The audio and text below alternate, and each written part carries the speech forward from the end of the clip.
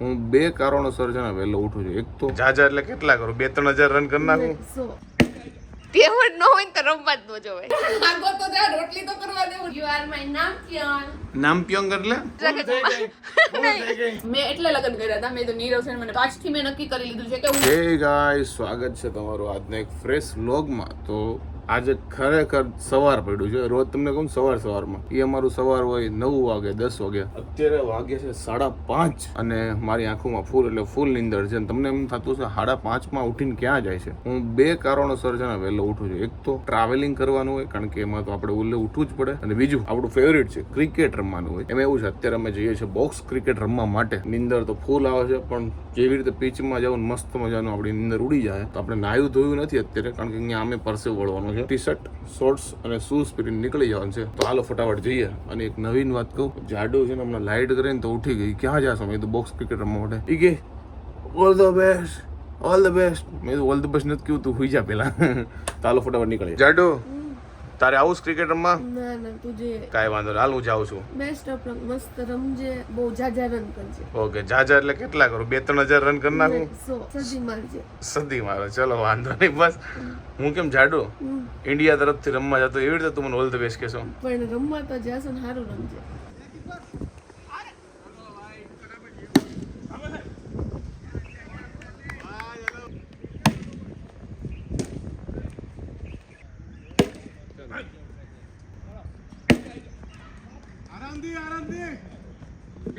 તો અત્યારે જસ્ટ જો બોક્સ ક્રિકેટ રમીને પાછો આવ્યો છે ને આપણે એઝ યુઝ્યુઅલ ટાંગા દુખવાનું ચાલુ થઈ ગયા કારણ કે ઘણા દિવસે રમ્યો હોય, પણ રેગ્યુલર રમો એટલે વાંધો ન આવે. પણ આ સન્ડે જેવા લગભગ નેક્સ્ટ સન્ડે કેવી રીતે જ રમે છે. તો આપણે નેક્સ્ટ સન્ડે જવું હશે તો જાવું, લગભગ ટાઈમ રહે તો જાવું જ, કારણ કે ક્રિકેટ બહુ એટલે બહુ મજા આવે. આજ બેટિંગમાં આપણે મીડિયમ રહ્યું, પણ બોલિંગમાં બહુ મજા આવી ગઈ, જે મારી ફેવરિટ છે. બેટિંગમાં એવું થાય કે બોક્સ ક્રિકેટ ઉપરમાં જાળી હોય તો તમારે ઉપર દડો અડી જાય ને તો કઈ રન બંધ થાય નહીં. તો કાંઈ નહીં, બહુ મજા આવી બેટિંગમાં, ઠીકઠાક, પણ બોલિંગ મજા આવી. તો નીરવ જ્યારથી ક્રિકેટ રમીને આવ્યો ને ત્યારથી મને કહે છે આ પગ દાબ.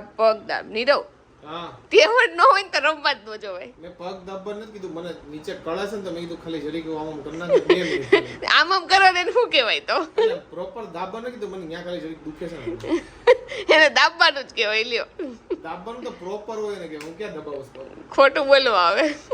જરીક ખાલી કરજો. હા વાંધો નહીં. યુ આર માય નામ્પ્યોન. નામ્પ્યોંગ એટલે? My husband. ઓકે, હું કરતી પેલા જ કરતો. માય નામ્પ્યોન. હાય માય નામ્પ્યોન. નામચમ. હું શીખી ગઈ કોણ. જો તો આને હમણાં કોરિયાનું જ ભૂત ચડ્યું છે. આખો દિવસ કોરિયા જ કરે છે. તો આજે આપણે સવારે વહેલા છે ને ક્રિકેટ રમવા માટે ગયા હતા ને, તો ત્યાંથી આવીને હું થાકી ગયો છું. મેં જાડુને કીધું ને થાકી ગયો. જાડુ સવારની મને બસ એક જ વાત કરી, મેં તો તને કીધું તું જામાં પગ દુખશે, આમ થાય. આગો તો જા રોટલી તો કરવા દેવું ને. લ્યો, એના ઉપર તારું શું કેવું છે? હું કાઈ નહોતી કહેતી. મેં એવું કીધું તું નીરવને કે તું જા, વાંધો નહીં, પણ કામ વધારે છે ને એટલે આજ જામાં આવતા રવિવારથી શરૂ કરજે. પણ એને આજથી જ શરૂ કરી દીધું, તો હવે થાકી જ જાય. અને હવે મને કે કરશે કાઈ નહીં. ઘણા દિવસો પછી રમ્યો ને એટલે મને લાગે એવું થયું છે, પણ હવે સારું થઈ જાય. આવતા રવિવાર સુધીમાં સારું થઈ જાય પછી તું પાછો રમવા જાય એટલે પાછો પગ દુખવા માંડશે. કાંઈ વાંધો નહીં, પણ આપણે રોજ રમતા ને મીન્સ કે એકાત્ર કેવું કાંઈ તો વાંધો ન આવે. નકર આ પગ ભરાઈ જાય ને આ બધું જો દુખવા મળે ને.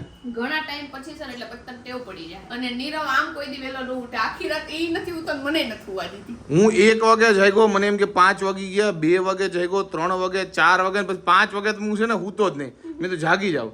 બાકી અમારે બધાને ડિસાઈડ થયું હતું 5:30 નીકળવાનો ટાઈમ હતો, તો વિચાર કરું 5 વાર તો જાગી ગયો. મને લાગે નીરવ એક ને બધા છોકરા જેને ક્રિકેટ ગમતો હોય, મારા ભાઈ આમ કોઈ દી ન ઉઠે, પણ ક્રિકેટ રમવા જવાનું હોય ને એટલે વહેલો ઉઠી જાય. બોલો, એટલે મને લાગે તમને લોકોને ક્રિકેટ બહુ ગમતું હોય છે. બેઝિકલી અમને બધાને ક્રિકેટ બહુ ગમે, અને બધા લોકો છે ને પોતપોતાની વાઈફ ને ઘરે મૂકીને આવે એટલે અમે એકલા ફર્યા. તો હવારમાં તો રોજ જતો હોય કે વાઈફ ના નથી પાડતી. આ લોકોને બસ વાઈફ ને બદનામ કરવા સિવાય કાંઈ આવડતું નથી. અને આ ગોચામાં રોટલી નથી બનાતી. લ્યો, રોટલી હું કરીશ, લાઈ અંદર કાચે ખાઈ લઈ બસ. આગો રે હમણાં નહીં બની હોય ને હારી તોય કે પાયલ સોફ્ટ કેમ નથી બની. નીરવને જો કે મારા હાથની રોટલી બહુ ભાવે છે. એમ કરીને એને એના વખાણ કરી નાખી. નથી ભાવતી? તું કહેતો તો નહીં કે બહુ પ્રેમણું લઈને પૂછે કે નથી ભાવતી તને, એ કે એને નથી ભાવતી તને રોટલી વાર હાથની ના પાડે. એકવાર ના પડે ચટક ને ચટક. બહુ ભાવે છે, બહુ વધારે પડતી ભાવે છે. કાઈ નહીં, હવે રોટલી કરવા દે મને. હા, બનાવી નાખ રોટલી. હેલો ગાઈસ, તો આપણે જો થોડું ઘણું કામ થયું છે ને, હજી થોડું ઘણું હોવાનું કામ બાકી છે. ને આજે નીરવ ક્રિકેટ રમવા ગયો હતો ને એટલે નાસ્તો અમારો થોડોક વહેલો થઈ ગયો છે. તો હવે છે ને આપણે આજે ગુવારનું શાક બનાવવું છે પપ્પા માટે, ને આપણે થોડોક હાંડવો પડ્યો છે એ ખાઈ લેવું, અને બાકી શાક રોટલી કરશું, રસ કરવાનો છે. પણ ગુવાર છે નહીં, તો હવે આપણે વાટ જોઈ છે કે અહીંયા આપણી શેરીમાં જયારે નીકળે ને લારી, તો આપણે એના એમના પાસેથી છે ને ગુવાર લઈ લઈ. તો લિટરલી 11:15 વાગી ગયા છે ને હજી હું શાકના લારીની જ વાટ જોઉં છું. જો શાકની લારી નો આવે ને તો પછી બટેકાનું શાક કરવાનું હોય ને તો બધાયની રોટલીનો લોટ બાંધવાનો, એટલે શાક સિવાય છે ને રોટલીનો લોટ બંધાય એમ નથી. તો કાંઈ નહીં, આપણે 15 મિનિટ વાટ જોઈ, બાકી પછી આપણે બટેકાનું શાક અને રોટલી કરી નાખ. તો ફાઇનલી 11:15 થઈ ગયા છે ને હજી લારી નથી આવી. તો હવે આપણે નક્કી કરી છે છાલ વાળું બટેકાનું શાક કરવાનું અને રોટલી કરવાની. મારા સસરાને છે ને બટેકાનું શાક ઓછું ભાવે પણ એને છાલ વાળું શાક વધારે ભાવે, તો આપણે છાલ વાળું શાક કરી નાખીને રોટલી કરી નાખી. તો મારે છે ને 2 દિવસથી દાઢી કરાવું થાય છે, પણ ક્યારેક હું ફ્રી હોઉં ત્યારે સલૂન વાળા ફ્રી ન હોય, ક્યારેક સલૂન વાળા હોય ત્યારે હું ન ફ્રી હોય. પણ અત્યારે છે ને સલૂન વાળાનો ફાઇનલી ફોન આવી ગયો છે અને બરોબર જમવાનું ટાણે, તો મેં કીધું ફટાફટ જમી લઉં અને પછી પપ્પા ને પાયલ સાથે જમી લે અને હું અત્યારે નીકળું જમીન પછી દાઢી વાડી કરાવવા. તો ફાઇનલી આપણે બિયર્ડ છે ને ટ્રીમ કરાવી લીધી છે. લાસ્ટ 2-3 દિવસથી ટ્રાય કરતો હતો પણ આજ ફાઇનલી વારો આવી ગયો અને આપણે નાઈ ધોઈને જો તૈયાર થઈ ગયા છે. તો હાલો હવે જે બી બાકીના કામ છે એ બધા કરવા પડશે, તો હાલો પતાવી. તો પેલા છે ને મને બ્લેક કલર બહુ એટલે બહુ ગમતો. મારી પાસે એક બ્લેક ટી શર્ટ હોય ને તો પાછળ તમે જોવો ને તો 2-3 ગમે ત્યારે કપડા લેવા જાવ તો બ્લેક કલરના જ કપડા લેતી. જો કે હવે એવું નથી, હવે મને કલરફુલ કપડા બહુ ગમે છે, પણ તોય જો કે મને કાંઈ ન હૂતું હોય ને તો હું બ્લેક કલરનું ટી શર્ટ ને ગમે એ પેન્ટ પહેરી લઉં. તો તમારો કયો ફેવરિટ કલર છે કોમેન્ટમાં કહેજો. જો કે મારો મેં બ્લેક કીધું છે પણ મને એની સિવાય છે ને ઘણા બધા, હવે ખબર નહીં, પેલા મને શાંત કલર ગમતા, હવે મને બધા ભડકીલા કલર હોય ને એ પહેરવા બહુ ગમે છે. તો આ માણસ જો આખો દિવસ એના વાળ હરખા કર્યા રાખે છે. અને નીરવ, તું ગમે એ વસ્તુ મને પૂછ, હું ના પાડું તો ફરીથી હું કામ પૂછશો, હું હા પાડી દઉં એટલે. નીરવ કેવું કરે કે મને એવું કીધા રાખે કે તું મારા ધ્યાન જ નથી દેતી, હું તને કઈ પૂછ્યું એમાં નકરી ફોનમાં પડી રહે, પછી હું ધ્યાન દઈને ના પાડું ને તો મારું કઈ માનવું ન હોય આ માણસને. પણ તને તારી પાસે ઓર્ડર થોડો લઉં, તારું ઓપિનિયન જાણો કે આ વસ્તુમાં તારું શું કેવું છે. તો એવું ખોટો ઓપિનિયન નહીં લેવું, ધાર્યું તાર કરવું હોય તો. હું ચીડા એટલે જ કારણ કે આ મોબાઈલમાં બહુ ઘૂમડે છે એટલે. હું કાંઈ મોબાઈલ નથી ઘુમડતી, તું એમનો મેં ચીડાય છે. તારે એવું હોય કે તારા ધાયરામાં હું છે ને મૂળ વસ્તુ એ છે, મોબાઈલ ઘુમડવા નથી, ફ્રી ટાઈમમાં તમે મોબાઈલ ઘુમડી શકો. હું એને પૂછું ને તો 4-5 વાર તો ઇગ્નોર કરી નાખે. હું ઇરિટેટ એટલે થઈ જાઉં કે તું મને પૂછ, પછી હું ના પાડું, પણ તારું જ ધાર્યું કરવું હોય તો મને પૂછવાનો શું મતલબ છે.